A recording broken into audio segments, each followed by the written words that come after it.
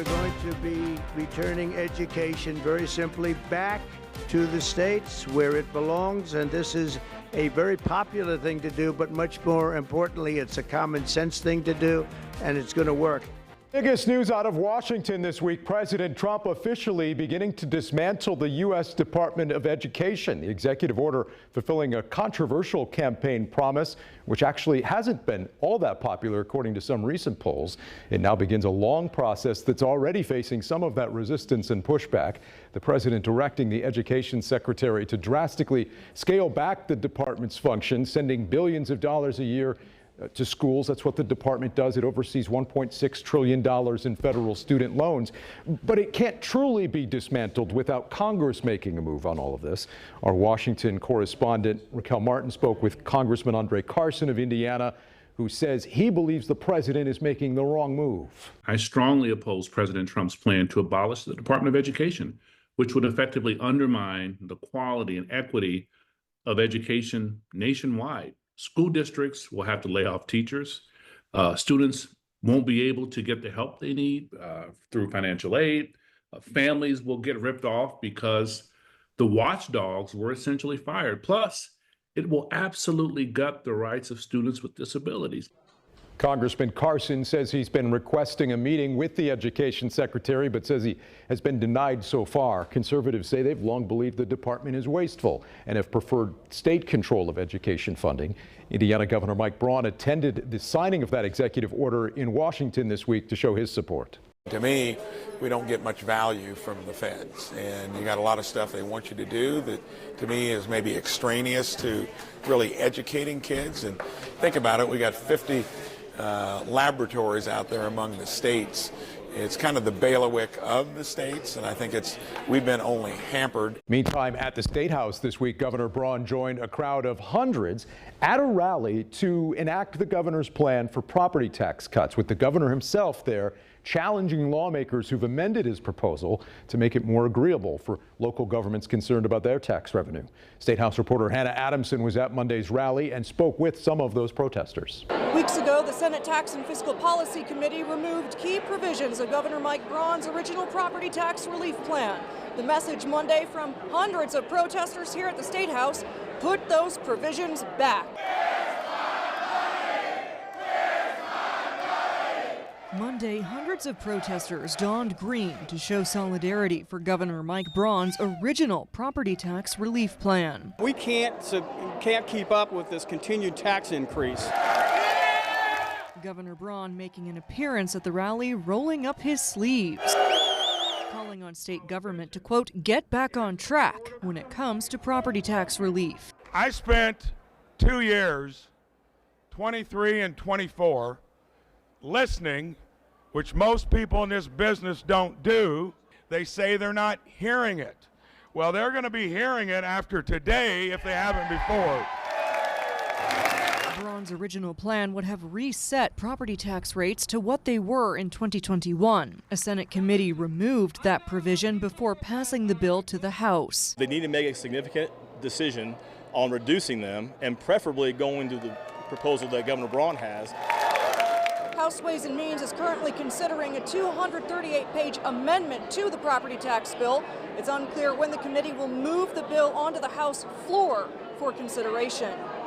Reporting from the Indiana State House, I'm Hannah Adamson. All right, Hannah, thank you. The next day, the lieutenant governor joined a group of Indiana farmers for Ag Day at the State House and spoke with our Hannah Adamson about the impact property tax cuts could have for farmers right now. We've seen over the last 3 years, farmers have seen their property taxes go up anywhere from 26 to 40% in the last 3 years. And if that keeps going, it's going to run small farms out of business.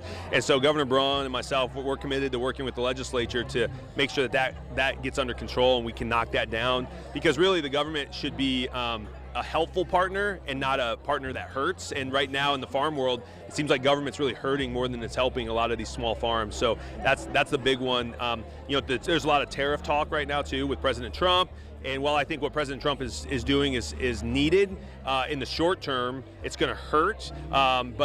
So how can we as a state come along farmers who might feel the short-term impact of that and make sure we can help prop them up so that way they can weather the storm. I think long-term, the tariffs will be a great thing for Indiana, for American economics, and especially Indiana. But it's just going to, we're going to have to ride that one out. Hopefully, diplomatic solutions can come before the tariffs really take effect. But we've been treated unfairly, mistreated throughout the world stage for many years, and so President Trump is doing what I think needs to be done. However, as the Secretary of Agriculture, I'm prepared to step in and say, okay, how can we be a short-term solution for these farmers?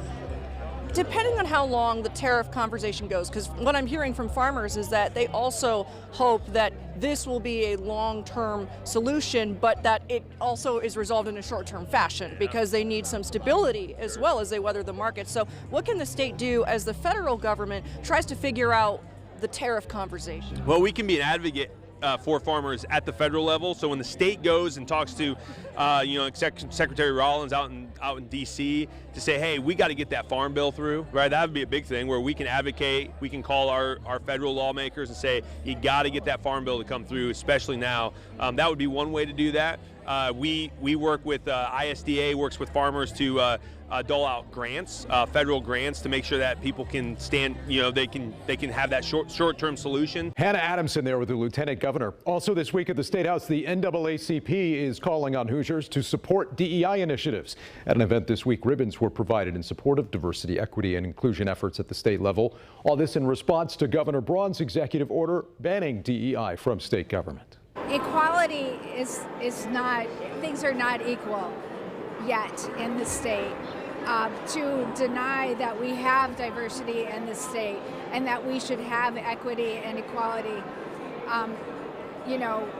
further segregates people, and it's definitely not a positive thing for our state. In January, the Braun administration said it would replace DEI with what it calls MEI for merit, excellence, and intelligence. Meantime, this week, Indiana Democrats have a new state chair. Karen Talion was elected last weekend by the state central committee. It was a contentious vote, and the former state senator says she'll have to bring the party together for Democrats to find success in future elections, with Republicans now having won every statewide race in the state since 2012. Here's what she told me this week. I was in the Senate for 16 sessions, always in the super minority. I know how to fight, but I also know how to get along. And you have to learn that, when you're in that kind of position. So I think that my plan is to do both. I need to bring some of the people from the far end of the party back towards the middle. I need to bring some of the people who've moved, to the other side or who have stayed home and get them back with us and energized. Speaking of getting people to get along, right? There was some tension within the party about the vote that you wanted to be the next chair. Another candidate reportedly made a deal to drop out ahead of the vote. Some of the people supporting your opponents felt the process wasn't fair. What's your response to that, and how do you bring the party together after all this? Well, politics is about the art of making a deal. It just is. It's about negotiating, and one person realizes, okay, I don't have the votes, but I have a few come to, Is that essentially what happened here? Pretty much. Yeah. I mean, and the other person said, hey, I'm going to support you. I'm going to urge my people to support you. And I told him that, look, I know you want to have a place in the party, and I'm going to see whatever I can do to make sure that happens. And that was Derek Camp, who had dropped out. To the concerns of those who felt that wasn't the right way to do things, or wasn't the fairest process, what do you say to those who have those concerns about it now? Well, I think that they haven't been around long enough to understand that that's the way that all politics works.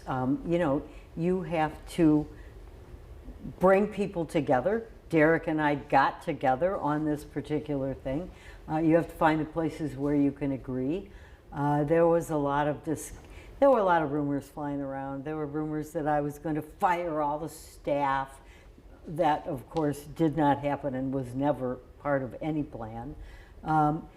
And there were rumors that I, gave a position away, which also is not true because the position was not mine to give. Derek Camp wanted a position that has to be voted upon by the entire body. Now, if I'm going to, tell him, hey, I'll support you in your bid for that, I don't see anything wrong with that. But it's still a vote that has to take place, as you point out. So how do you bring the party back together after all of this? So, in any kind of political election like this, I look at it as sort of a primary. Sure. Two people vying for the same position, and when the election happens and it's done, then the other people are supposed to get on board. I mean, our voter turnout is bad, and this is among the worst in the state. Yeah, this is one of the fundamental parts of democracy, is for everyone to participate in this.